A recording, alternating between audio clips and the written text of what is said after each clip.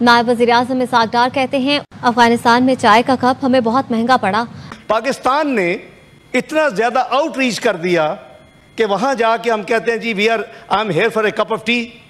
अल्लाह सबकी मुश्किल आसान करें, लेकिन वो कप ऑफ टी हमें बहुत महंगा पड़ा। अच्छा, ये बीबी बोलती बहुत है, चूंकि इतलात है जाहिर है बोलना पैंदा है, लेकिन पहली बार जुमला अच्छा बोला है। ये बयानात बहुत अहम हैं और बहुत सारे सवालात खड़े करते हैं, ख़ास तौर पर जब 2600 किलोमीटर तवील सरहद हो, आपकी ड्यूरेंट लाइन हो और अंदरूनी मुल्क इंसदाद दहशतगर्दी की कार्रवाइयाँ भी जारी हों। नहीं, मैं ये कह रहा हूँ कि मामला जैसे हैं ऐसे ही हैं, ऐसे ही इसमें कोई तब्दीली आने की कोई गुंजाइश नहीं हो गया, चाहे जो मर्जी वहाँ बैठ जाए। हाँ। और अभी 6 को फिर होने जा रहे हैं। मुझे मुत्तकी साहब की कल 6 कॉल्स आई।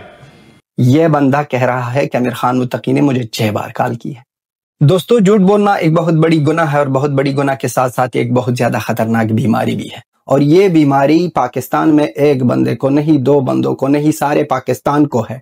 ये जो अफगान मुहाजिरीन की वापसी है, किसी भी मुल्क ने आपकी इतनी मेहमान नवाजी की और डेकेड्स दहाइयों तक मेहमान नवाजी की, और मेहमान नवाजी का सिला जिस तरह दिया गया वो भी सबने देखा।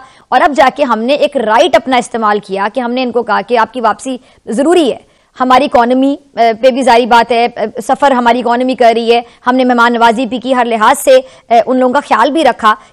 हेलो दोस्तों, स्वागत है आप सभी का EP ज्ञान चैनल पे। तो फ्रेंड्स, आइए देखते हैं पाकिस्तानी मीडिया की लेटेस्ट वीडियो। तो दोस्तों, इस समय पाकिस्तानियों को एक कप टी से काफ़ी रोना आ रहा है, काफ़ी मिर्ची लग रही है, जिसमें आपने एक तो इंट्रो में देखा कि पाकिस्तान के उप प्राइम मिनिस्टर इसहाक डार ने अभी अपनी पार्लियामेंट में स्पीच देते हुए ये जो अफ़गानिस्तान पाकिस्तान के बीच में लड़ाई चल रही है उस कॉन्टेक्स्ट में यह कहा कि पाकिस्तान को एक कप टी काफ़ी महंगी पड़ गई है।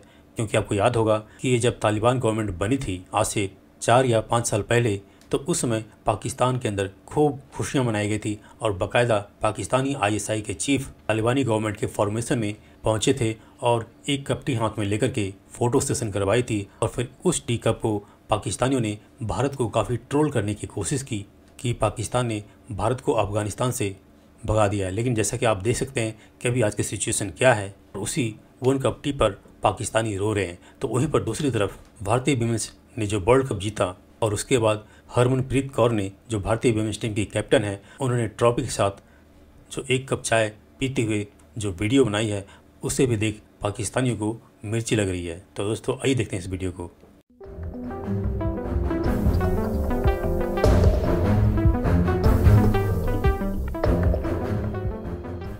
बदकिस्मती है कि ये ग्रेजुअली जब से हुकूमत आई है IAG, ये हर हफ्ता अगर आप पिछले हफ्ते से कंपेयर करेंगे या हर महीना पिछले महीने से कंपेयर करेंगे तो नंबर ऑफ इंसिडेंट्स बढ़ रहे हैं और जो शहादतें हैं वो ज़्यादा हो रही हैं।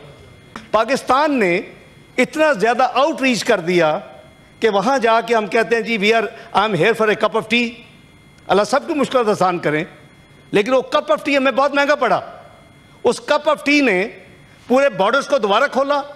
यहाँ से जो भागे हुए 35-40 हज़ार तालिबान थे वो वापस आए और उस वक़्त की हुकूमत ने 100 से ज़्यादा हार्डन क्रिमिनल जिन्होंने सवात में पाकिस्तान के झंडे चलाए थे, जो कि कई 100 लोगों को पाकिस्तान में शहीद कर चुके थे, उनको वापस रिलीज़ किया।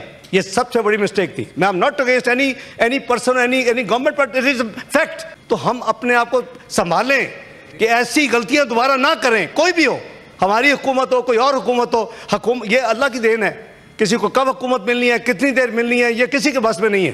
अल्लाह चाहे जिसको हुकूमत दे दे, अल्लाह चाहे जिस वक्त जिससे ले ले।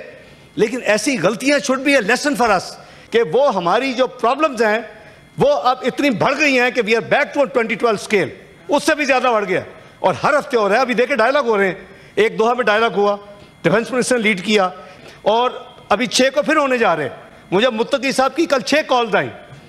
मैं उनको कहा कि आपको सिर्फ एक बात हमने मांगी थी और ये थी कि आपकी सरजमीन से ना हमारे मुल्क के अंदर ना वहाँ से किसी किस्म की टेररिस्ट एक्टिविटीज़ नहीं होनी चाहिए।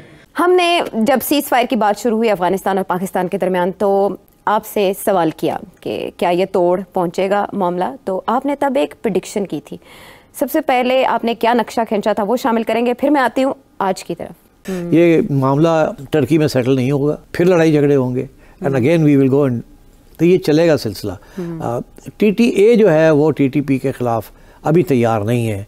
अभी बहुत सी लेवरेज आपको इस्तेमाल करनी पड़ेगी। आपको अमेरिका को, चाइना को, रशिया को, सबको अपने साथ लेना पड़ेगा जी, और एक यूनाइटेड फ्रंट तालिबान के खिलाफ करना पड़ेगा, जिसमें फिर कोई ना कोई मुज़ाकरात के ज़रिए कोई डील हो जाए कि ठीक है आप TTP को हम फ़र्क करते हैं, अदरवाइज़ ये ऐसे ही चलेगा। ये मैं आपसे ये जानना चाहूँगी कि वही बात के कील निकाले बगैर मरहम पट्टी की कोशिश की जा रही है, कील वहीं का वहीं है, तो अब जो मुज़ाकरात होंगे क्या इसके नताइज पहले से मुख्तलिफ हो सकते हैं? देखिए पाकिस्तान की कोशिश है कि कोई सलूशन निकले। अफ़गानिस्तान के अंदर डिवीज़न है, एक तरफ कंदहार के लोग हैं जो जिनका ये फ़ैसला है कि हिंदुस्तान के साथ करीब होना चाहिए ताकि पाकिस्तान के ख़िलाफ़ लेवरेज बढ़ सके। कंदहार से मुराद है डिफेंस मिनिस्ट्री, और इन्हीं के लोग थे जिन्होंने अपना फॉरेन मिनिस्टर को भेजा था टू दिल्ली, और उधर से हिंदुस्तान भी काफ़ी आवाज़ें निकाल रहा था कि अब हम ये करेंगे, अब हम वो करेंगे, और तालिबान को गाइड करेंगे, ये करेंगे, वो करेंगे। दूसरी तरफ इंटीरियर मिनिस्ट्री और काबुल के लोग हैं जिनका पुराना एक ताल्लुक है with Pakistan, and they are led by the Haqqanis जी। तो अब टर्की में जो हुआ जी, पहले तो टॉक्स ब्रेक डाउन हो गई दोहा में, फिर उसके बाद ये फैसला हुआ कि चलो टर्की जाके 1-2 राउंड और लगा लेते हैं। अब जब वहाँ गए तो वहाँ कुछ थोड़ी सी इंटरेस्टिंग तब्दीली हुई। हमारी तरफ से आपको पता है ख्वाजा आसिफ थे इन दोहा राउंड में, हाँ दोहा राउंड में, तो हमारी तरफ से इस दफ़ा DGMO है और उनके साथ को फॉरेन ऑफिस के लोग हैं। उनकी तरफ से पहले मुल्ला याकूब थे जी, तो दोनों ने कोशिश की है कि दोनों की तरफ से कोई लचक पैदा हो और जो लीड कर रहे हैं नेगोशिएशंस उनको थोड़ा बहुत लेवरेज दिया जाए, उनको थोड़ी सी स्पेस दी जाए। तो कोशिश तो जारी है दोनों की तरफ से कि कोई ना कोई रास्ता निकले, क्योंकि प्रेशर बहुत ज़्यादा है from Doha and from Turkey and from other Muslim countries also. मगर इशू बहुत टेढ़ा है, और वो उसमें जब तक अफ़गानिस्तान के अंदर कोई फ़ैसला नहीं हो जाता कि कौन सा ग्रुप जो है वो हावी होगा और क्या उनकी फॉरेन पॉलिसी होगी, especially in relation to Pakistan, मैं नहीं समझता ये मामला हल होगा। और तो इसलिए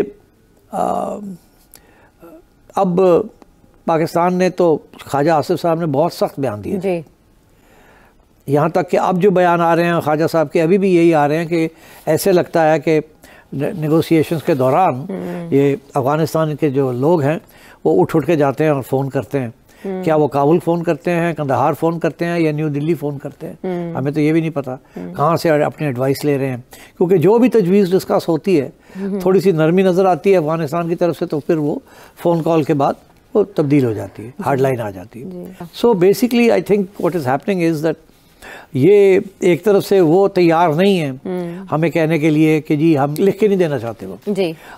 हम क्या कहते हैं, हम कहते हैं लिख के दें कि आप TTP के ख़िलाफ़ कार्रवाई करेंगे